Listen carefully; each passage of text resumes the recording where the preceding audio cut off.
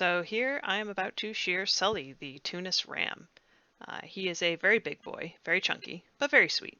You know, as far as rams go, they can certainly be worse than him. So here I'm just checking his fleece. We had a heavy rain yesterday. I just wanted to make sure that he was in fact dry. Nothing worse than grabbing onto a wet sheep. And here Sully gives me a bit of trouble on the flip. He has learned that if he goes to his knees, it's a little bit harder for me to flip him. Joke's on him though, I'm more stubborn than he is.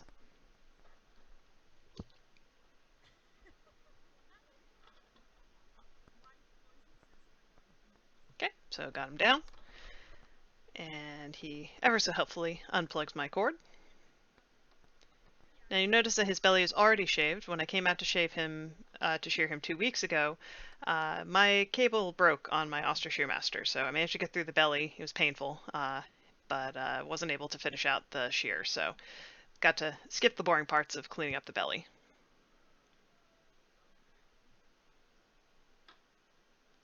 So I'm just trying to do a little trim there. Sully is not having it. I say, all right, fine. We'll just go straight to the good stuff and get your butthole.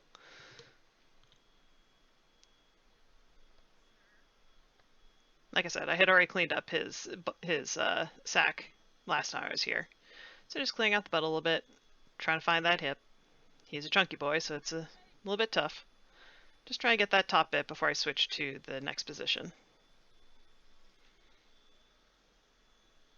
Just clean off the inside of his legs. The Tunis ram has a little bit more wool on the inside of the legs than some other sheep like the Finn, who are generally pretty clear.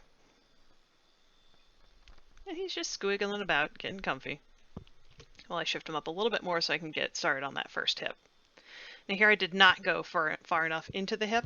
That's on me. And didn't kick up the back of my shears as much as I should have. You'll see that there's going to be a lot of second cuts on that first hip, and that's just something that I need to continuously work on.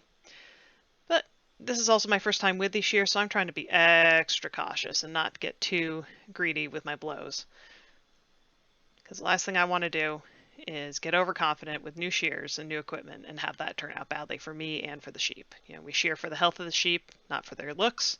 So if he doesn't look too fancy, there you see I left a whole bunch of fleece on his butt. That's, again, just getting used to the new shears. They feel and handle very differently to the Osters that I learned to shear on. And this is the first time I've actually gotten to use these on a sheep. So here I'm just cleaning out the butt, just getting it all cleared out. And again, I'm taking these little stabs, not because, you know, I'm scared or anything. Well, I am scared, actually. I'm just trying to make sure that I have a feel for the shears. You know, ordinarily, with new shears, you'd get a chance to suss it out and see how it goes on the belly, but because I managed to do the belly last time I was here, I missed out on that chance. So as you can see, I'm going back for that. It's going to create some second cuts. These guys are not looking to necessarily do too much with his fleece. I also learned that he had suffered from some medical issues back in January, and it was very apparent when we went to test his fleece for soundness. It just split right down the middle. So, you know, this was never going to be a good quality fleece, but, you know, I'm still going to do my darndest to get it off in one piece. So here I'm just cleaning off a little bit behind his ears. I should have gone a little bit more down the side of his face there, but you'll see that come back to bite me when I do the neck. And here I'm shifting up to the next position where my leg has to get between his hind legs and his balls and not step on anything, because, you know, he wouldn't generally appreciate that. So it's a bit of a dance, a little maneuver as I tried to squig my foot in there and get him all situated. And the fun part about this position is no matter what he tries to do, he cannot get out. So you'll see my hand kind of went back there a little bit. That was just to balance myself. He cannot move. If I just tighten my legs, he's not going anywhere. So here I'm cleaning off the brisket, going up the neck. I could have gone further with that blow. Just keep going. There we go. Make that first break in the wool. Now we get that beautiful look at that neck clearing out. And again, here I should have gone a little bit more under the neck when I was cleaning off near his face. And here we go. Just going up the neck, getting that all cleared out. Now here I should have shifted to more horizontal strokes. Here you can see I'm clearing off the side of the brisket, going over onto that second shoulder, or that first shoulder, excuse me. Just cleaning that up a little bit, grab the leg, go down, And again, I'm taking these little baby steps, partly because his fleece is pretty heavy and it's causing a lot of tension wrinkles, but also because these are new shears to me, and I'm trying to make sure that I fully understand how they're going to behave, how well they cut. Excuse me, Sully, move your face. And just, again, make sure that I understand how this machine is going to behave. Again, if I had been able to do the belly as the first bit, you would see a lot less of these little short stabby strokes. You generally do not want to have these. You want to have nice, long, even strokes. But I am not shearing for speed. I am shearing for my comfort and for the animal's comfort. So here we go with the laydown. This is generally one of the parts that people love the most when they shear, the long blows. I generally don't find it as satisfying as the final side. So here I am making sure that my feet are underneath his hips. As long as I keep my feet under his hips and his shoulders and keep him off the ground, he does not think he can get away. So you can see here I don't have any hand on his head. He is just, okay, fine, this is my fate, I accept it. He's being a very good boy for this part. And again, I needed to get a little bit closer in there. Again, part of the struggle with this is that I'm not doing the belly at the same time as everything else. That would have given me time to get more experience with the shears and also, do a better job overall. I was really struggling with the osters. They kept turning on and off, and it was a really dangerous situation. So it was a good thing I stopped and didn't try to continue with the shear last time. And, I always struggle with the long blows. Something about the neck, I have yet to really settle into that groove. Yeah, so you can see here, again, I should have kept the comb down a little bit more on the neck. A lot of shearing is really about getting a feel for the animal and the shape of the animal and just kind of memorizing that. So this is a new thing for me. I'm trying to get better about working my way up the body more naturally as I am doing the long blows, so that by the time I'm done with the long blows, I'm already in position to just swing my foot forward one more step in order to get the next position where I'm right here. See how I move my foot up? So now I'm going for the neck and just clearing off behind the ears. Again, I could have done a little bit better job of that when I was on the head. Something to keep in mind for me in the future. And again, just clearing off the rest of the neck there. And now we do the big lift, and this is where I lose control of him a little bit. You can see here I hesitate getting my foot over, which means that when I put it down, I'm not solid, and he manages to squiggle his butt out as I reach for the shears here. And once he slides out, and he gets his feet under him, it's all over. So, gotta put down the shears, grab His Majesty, get him back into position so I can flip him. You can see he pretty much knows that he's been beat, and he doesn't get to get away with that. Unfortunately, I should have moved him to a better position when I did it.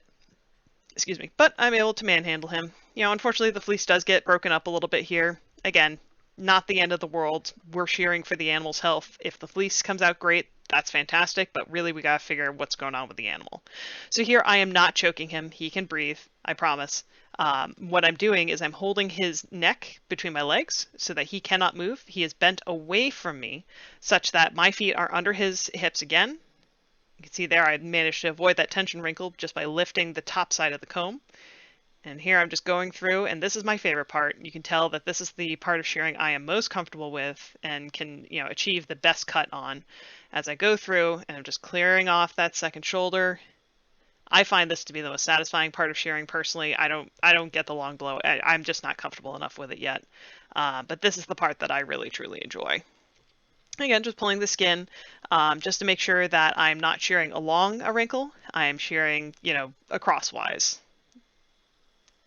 And that little bit is giving me a little bit of trouble there.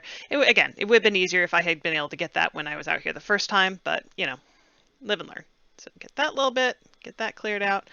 Yeah, and again, I just didn't get everything cleared off when I was here the first time, so this is a little bit of cleanup work. But now we get into my favorite part, and you can see here how smooth my movements are and how comfortable I am, and just how even the fleece is coming off here. There's no second cuts or hardly any. This is what I'm most comfortable at. And it's just a matter of practice. I just got to keep practicing and getting better with the animals and getting a better feel for the body. But this is, for me, the easiest because, I can see everything in front of me. The animal's very nicely stretched out here. So here I'm just kind of getting in there, figuring out where that hip is, because the last thing that I want to do is shear into the unknown. And that area can be particularly dangerous because there can be a flap of skin there that connects the leg more firmly to the body. And it's very easy to just slice that open by accident. And so here you can see I took his head out and now he's leaning up against me entirely. I've got his full weight on my legs. I'm not holding him up at all with my arms. This is all through leg power. And so you can see I'm pulling his skin taut, and that is creating a tiny bit of a tension wrinkle, but again, it's very easy to avoid, and you can see I'm doing a great job of wiggling my comb and the shears back and forth to get through all those nooks and crannies, but you'll see I needed to get the bottom tooth down more so that I don't have as much left on his hocks there. So you can see there, yep, just a lot of stuff that, again, it's a bit of an awkward shear. It would have been better if I had been able to get all this the first time. So be it. So just cleaning off the backside here. Again, doing little short stabby strokes. I'm definitely more comfortable with the shears at this point, but I'm just not taking any chances because it is a very sensitive area and it is very easy to nick the animal at this stage. Okay, so at this point I'm asking the owners to come over and put his halter on because I'm fairly certain that I've got a little bit more to do on his tail. I didn't quite get it when I was back there originally. Gotta get it on the right way. Sully's being a very good boy. Again, rams can be very problematic and very stubborn, but he is generally a very good boy. Yeah, so here I can see much easier. Yep, just gotta clean off that butt, clean off that little round tail.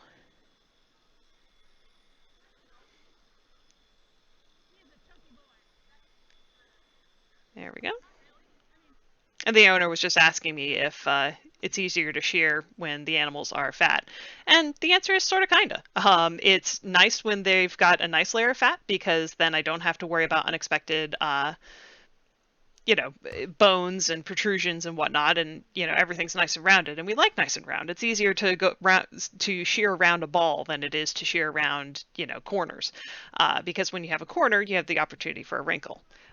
So here I'm just cleaning off again a little bit of the undermire. Again, just a matter of I wasn't confident enough with the shears when I was at that part, and it's easy enough to clear, especially since he's such a good boy and he's halter trained. But yeah, so that was shearing Sully. He was a very good boy. It's much easier to shear sheep when your equipment works. And, I've got some things to think about the next time I go to shear. So I hope this is interesting. I hope you enjoyed it. And I'll try to post more in the future.